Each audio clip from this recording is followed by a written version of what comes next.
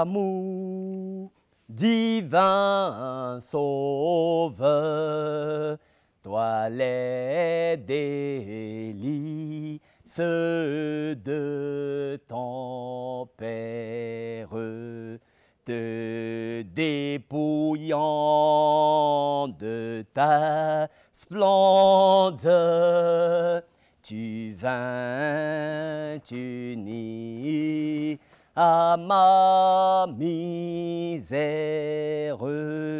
Amour divin, le roi des rois, pour moi se donne sur la croix. Amour divin, le roi des rois, pour moi se donne sur la croix. Amour divin, le roi des rois, pour moi se donne sur la croix.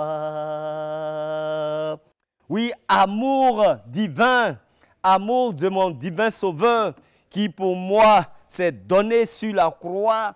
Oui, Christ s'est donné sur la croix pour nous, fidèles téléspectateurs. Et c'est le cantique du jour que nous allons parcourir ensemble. Soyez attentifs. Alors, à votre Bible, à votre gloire à Dieu, à votre calepin, à votre stylo et aussi à votre calculatrice, comme j'ai l'habitude de dire. Bénissons le Seigneur qui nous a gardés durant notre dernier rendez-vous. Disons-lui merci, qu'il prenne possession de ces instants et qu'il donne gloire à son nom. Merci Seigneur. Qui sommes-nous?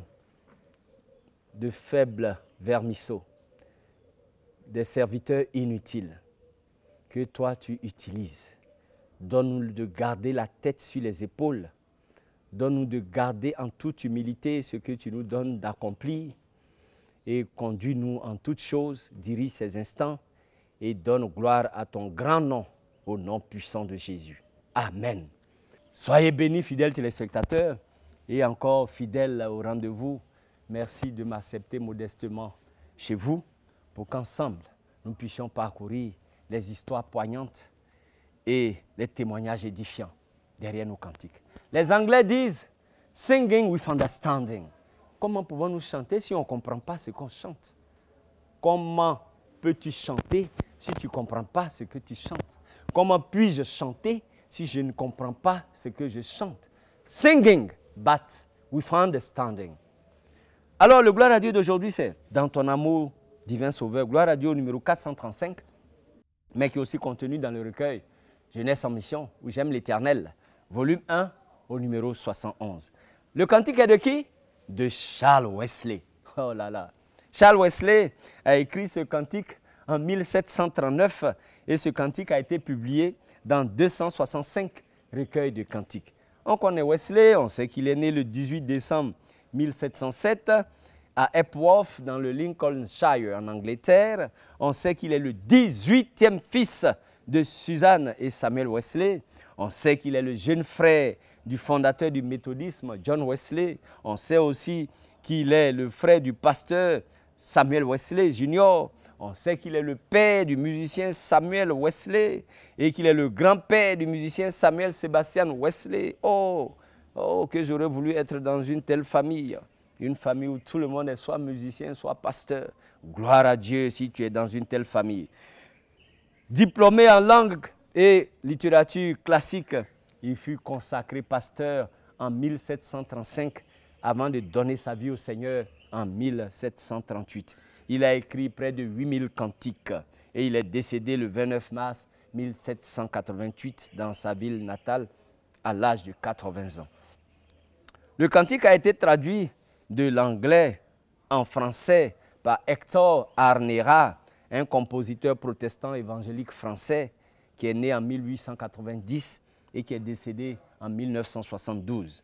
Il ouvrit une église évangélique de langue française à Cannes, rue Louis Nouveau, dans les années 1920. il en fut pendant de longues années le conducteur avec son frère Hidalgo. Donc il y a d'un côté Hidalgo Arnera et Hector Arnera. Hector Arnera voyagea beaucoup, visitant les églises et donnant un enseignement fondé rien que sur la Bible. Il composa de nombreux poèmes et des chants qu'il publia en plusieurs éditions du recueil Chants de grâce et de gloire. Voici la traduction de Hector Arnera. La musique est de Thomas Campbell. Thomas Campbell a écrit la musique en 1825 et cette musique a été publiée dans 115 recueils de cantiques. Campbell est né le 27 juillet 1777 à Glasgow, en Écosse. Poète, écrivain, universitaire écossais, il a été le recteur de l'université de Glasgow et a participé à la mise en place de l'université de Londres. Il est décédé le 5 juin 1844 à Boulogne-sur-Mer, en France, à l'âge de 67 ans. Fidèles téléspectateurs, voici le cantique de Charles Wesley et la musique de Thomas Campbell. Il est rare de trouver un cantique comme celui-ci, puisqu'il commence par une interrogation. Toutefois, ce n'est pas l'expression d'un doute, mais c'est l'expression d'un étonnement et d'une crainte devant les merveilles de Dieu. Alors, Charles Wesley se posait la question, comment se fait-il que l'effusion du sang de Jésus, il y a de cela 1900 ans, l'a été aussi pour moi. Quand je dis 1900, c'était à l'époque de Charles Wesley. Donc, il se posait cette question. Si c'est aujourd'hui, je dirais comment l'effusion du sang de Jésus-Christ, il y a de cela 2022 années, pour moi, Dali Okpo, comment est-il possible que le Fils de Dieu puisse mourir pour moi? C'est la question que Charles Wesley s'est posée avant de donner sa vie au Seigneur. Pourquoi est-ce que le Seigneur s'est dépouillé de sa gloire divine pour se faire homme dans le but de sauver l'inutile race adamique? Fidèles téléspectateurs, voici les 3 questions que Charles Wesley s'est posées avant d'écrire ce cantique. Les 3 questions qu'il s'est posées avant de donner sa vie au Seigneur. Est-ce que tu t'es posé cette question? Pourquoi le Seigneur a envoyé son Fils unique mourir pour toi? Pourquoi le sang de Jésus a été versé pour toi? Pourquoi le Fils de Dieu est mort pour toi?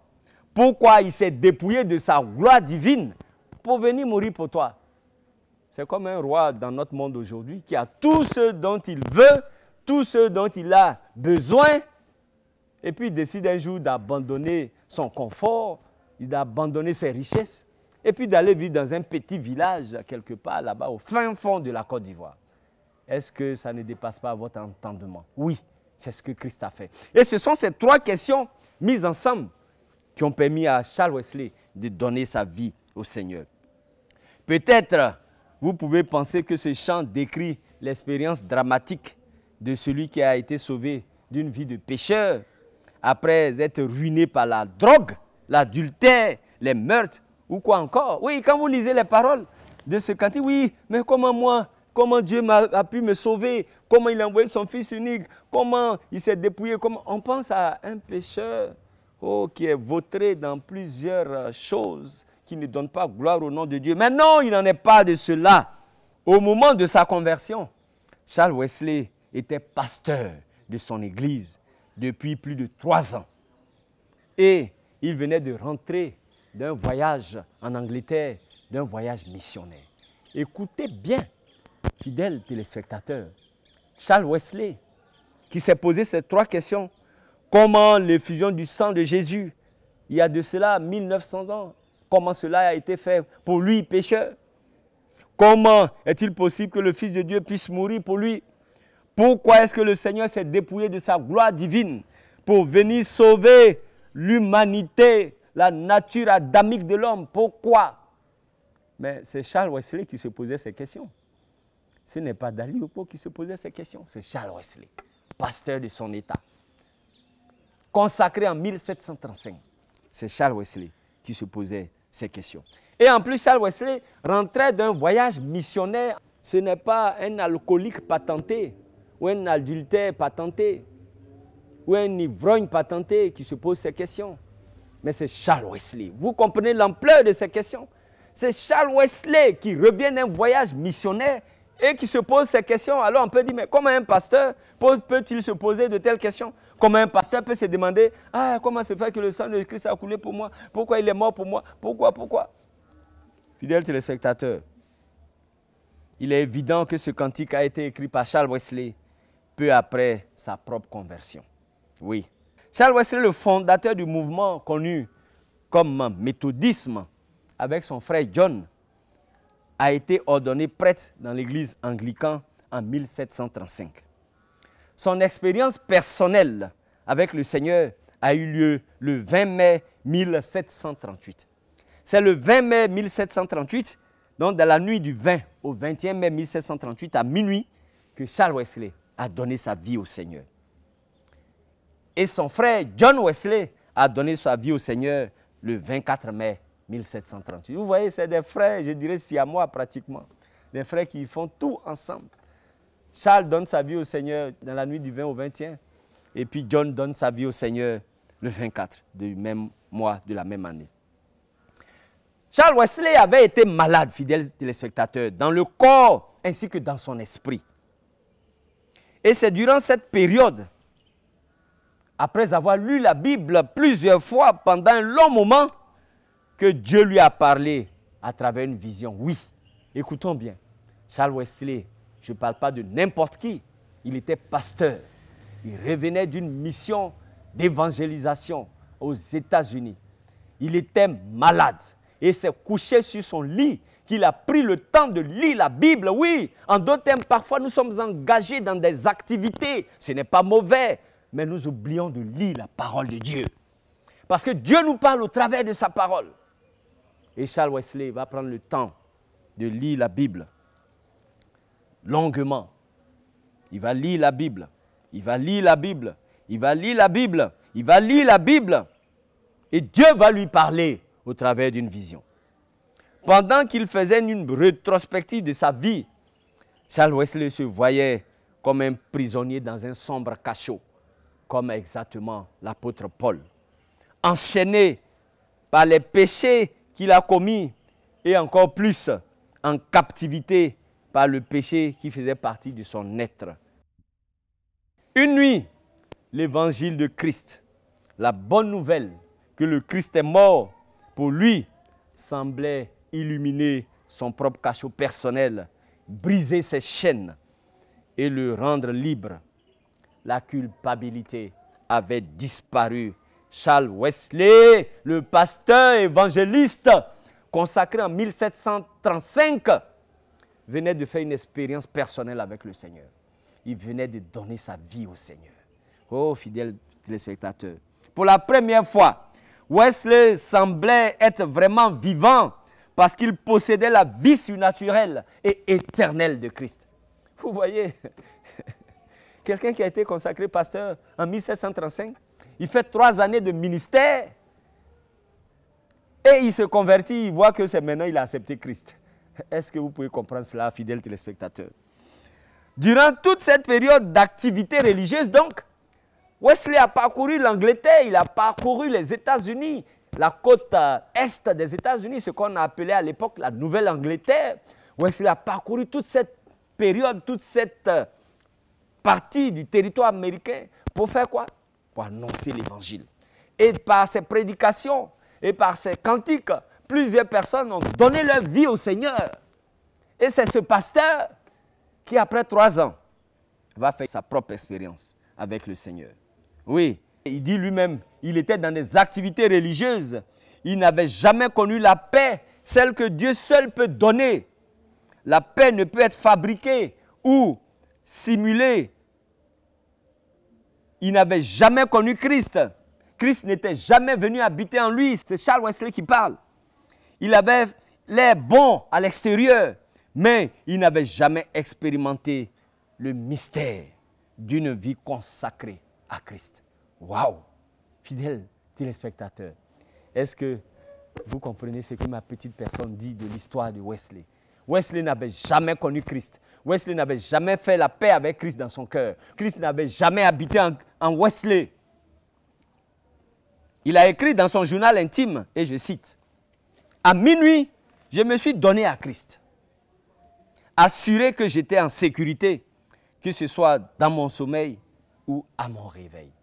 J'ai eu l'expérience continuelle que sa puissance pouvait surmonter toute tentation et j'ai confessé avec joie et surprise qu'il était capable de faire abondamment des choses extraordinaires pour moi. Au-delà de ce que je peux demander ou penser. Maintenant, je suis en paix avec Dieu et je me réjouis de l'expérience et de l'espérance. Christ est maintenant en moi. L'amour de Christ et l'espérance en Christ sont maintenant en moi. Je suis régénéré, je suis né de nouveau. Alléluia. C'est Charles Wesley qui parle. Charles Wesley a reçu donc le salut en Christ. Enfin, il a commencé à comprendre le grand mystère d'être en Christ. C'est un peu comme cette nuit-là, il y a de cela 1900 ans, quand Jésus a dit au chef religieux juif Nicodème, « Tu dois naître de nouveau ». Charles Wesley était né de nouveau cette nuit-là, du 20 mai 1738. Nicodème était un dirigeant religieux respecté, mais il n'était pas né de nouveau. Il n'avait jamais connu ce mystère. Oui, comme Wesley lui-même a écrit dans son journal intime, il était un évangéliste, pasteur respecté, mais il n'avait jamais connu le Seigneur. Christ n'avait jamais habité en lui. L'espérance et l'amour de Christ n'étaient jamais venus en lui. L'Esprit de Dieu, oui, peut-être l'utilisait pour évangéliser, gagner des âmes, mais lui-même n'avait pas fait d'expérience personnelle avec le Seigneur. 2 jours après, selon toujours son journal intime, il commença à écrire ce cantique qui est le premier des 8000 cantiques qu'il a commencé à écrire. Méthodiste, c'est le premier cantique que Charles Wesley a écrit quand il s'est converti. En d'autres termes, le ministère musical, le ministère de chantre de Wesley a commencé quand il s'est converti. Pour nous dire qu'on peut être dans des activités religieuses, ce n'est pas mauvais. On peut même chanter dans la chorale. On peut prêcher. On peut être un diacre. On peut faire le service d'ordre. Ce ne sont que des activités, nous dit Wesley. Ce qui est important, c'est de donner sa vie au Seigneur. Et c'est ce que Charles Wesley a fait. Et c'est à partir de cet instant que son ministère a commencé à prospérer. La première des hymnes que Charles Wesley a écrites, c'est celle-là. Mais après être converti, l'Esprit de Dieu est venu sur lui véritablement pour faire de lui non seulement un pasteur, mais aussi un chantre lorsqu'il s'est donné au Seigneur. En d'autres termes, il avait une seule corde à son arc. Mais quand il a donné sa vie au Seigneur, la louange est venue s'ajouter à la parole de Dieu. Alléluia. Donc, il semblerait que son frère John ait chanté le même cantique lors de sa propre conversion, 3 jours plus tard, le 24 mai 1738 à 20h45. Waouh, quelle précision. Charles Wesley s'est converti dans la nuit du 20 au 21, à minuit, du 20 au 21 mai 1738, et son frère John s'est converti le 24 mai 1738 à 20h45 minutes. Récemment, vous avez probablement entendu parler de ce vieux pasteur de 71 ans qui, après 50 ans de ministère pastoral au service de l'Église, a donné sa vie au Seigneur. Quel mystère! Quel mystère! Comment l'expérience décrite par Wesley peut-elle impacter ta vie? Je ne parle pas d'être dans des activités, mais je dis donner sa vie au Seigneur. Charles Wesley a commencé à être prolifique en écriture d'hymnes lorsqu'il a donné sa vie au Seigneur. Comment l'expérience décrite par Wesley dans son cantique peut-elle t'impacter? Charles Wesley a finalement compris le mystère d'être en Jésus-Christ. Il a réalisé, et je nous exhorte à le faire également, que faire le bien ne signifie rien devant Dieu. Par contre, accepter l'amour et le sacrifice du Christ, c'est trouver la source de la vie éternelle. C'est certainement le meilleur et le plus grand mystère. Voici, fidèles téléspectateurs, l'histoire de ce cantique que Wesley a écrit. Premier de ces cantiques après qu'il se soit converti. Mais je me suis posé la question en étudiant ce cantique. Beaucoup de questions. C'est-à-dire qu'avant sa conversion, Wesley, peut-être il prêchait, c'est bon, mais il prêchait pour les autres. Il prêchait. C'est bon, Dieu l'a utilisé pour convertir, pour gagner des âmes à Christ. Mais lui-même n'était pas touché. Et son ministère de chantre a commencé lorsqu'il a donné sa vie au Seigneur. Je m'adresse à nous. À nous, je dis bien à nous les chantres. Oui, notre ministère de chantre commence effectivement lorsque nous avons donné notre vie au Seigneur. Ce n'est pas moi qui le dis, c'est Wesley qui nous le dit. Celui que nous appelons le père du méthodisme, c'est lui qui le dit. Alors si tu n'as pas encore donné ta vie au Seigneur, revois ta manière de chanter le Christ. Si tu n'as pas encore donné ta vie au Seigneur, revois ta manière de diriger. Si tu n'as pas encore donné ta vie au Seigneur, revois ta manière de jouer même à l'orgue. Ce n'est pas Dali qui le dit. Je ne suis moi aussi qu'un humain. Mais c'est Charles Wesley qui nous interpelle. Et il écrit, « N'est-il pas vrai que j'ai le repos et le salut dans le sang du Sauveur? N'est-il pas mort pour moi qui suis à l'origine de sa douleur? Pourquoi moi, il est allé jusqu'à la mort? Quel incroyable amour! Comment se fait-il que toi, mon Dieu, puisses mourir pour moi? » Voici des questions que Charles Wesley s'est posées. Et il continue, « C'est tout un ministère. L'immortel est mort pour moi. » Waouh! Christ l'immortel est mort pour moi. Qui peut explorer son étrange dessein? En vain, le séraphin premier-né essaie de sonder la profondeur de l'amour divin. C'est sa miséricorde pour tous. Que la terre adore et que les esprits des anges ne s'inquiètent pas. Ce sont les questions que Charles Wesley s'est posées dans son cantique. Comment Christ a-t-il laissé le trône de son Père là-haut? Lui qui était si libre, si infini, dont la grâce était immense. Comment s'est-il dépouillé de tout, sauf de son amour? Et son sang a coulé pour la faible race d'Adam. C'est ta miséricorde, si immense et gratuite, ô mon Dieu, qui m'a racheté. Longtemps, mon esprit emprisonné était éteint, nous dit Wesley dans son cantique, solidement lié dans le péché et les ténèbres de la nature. Ton œil a diffusé un rayon éclair. Je me suis réveillé. Oui, je me suis réveillé. Le cachot s'est illuminé. Mes chaînes sont tombées. Mon cœur était libre. Je me suis levé. Je suis sorti et je t'ai suivi. Alléluia. Voici les paroles de ce cantique que nous n'avons pas dans notre gloire à Dieu. Fidèles téléspectateurs, Wesley de poursuivre. Je ne redoute plus aucune condamnation maintenant. Jésus, et tout en lui est à moi. Vivant en lui, mon guide éternel, et revêtu de justice divine. Audacieux, je m'approche du trône éternel et revendique la couronne par le Christ, mon sauveur. Oui, dans son amour, divin sauveur, dans ton amour, toi dont les délices de mon Père, tu t'es dépouillé de ta splendeur, tu es venu t'unir à ma misère. Voici ce que le Christ a fait. Il s'est dépouillé de la splendeur, de la beauté, de la gloire de son Père pour venir s'unir à notre misère. C'est le jour où Charles Wesley a donné sa vie au Seigneur qu'il a commencé à écrire des cantiques. Je laisse chacun de nous méditer sur ce cantique. Prenez le cantique, chantez-le, lisez les paroles et vous comprendrez comment Dieu utilise ses serviteurs fidèles, ceux qui se sont donnés à lui pour faire prospérer leur ministère. Dans ton amour, divin sauveur, toi les délices de ton Père, te dépouillant de ta splendeur, tu vins t'unir à ma misère. Amour divin, le roi des rois, pour moi se donne sur la croix. Amour divin, le roi des rois, pour moi se donne sur la croix. Oui, Jésus s'est donné sur la croix. Donne-toi à lui.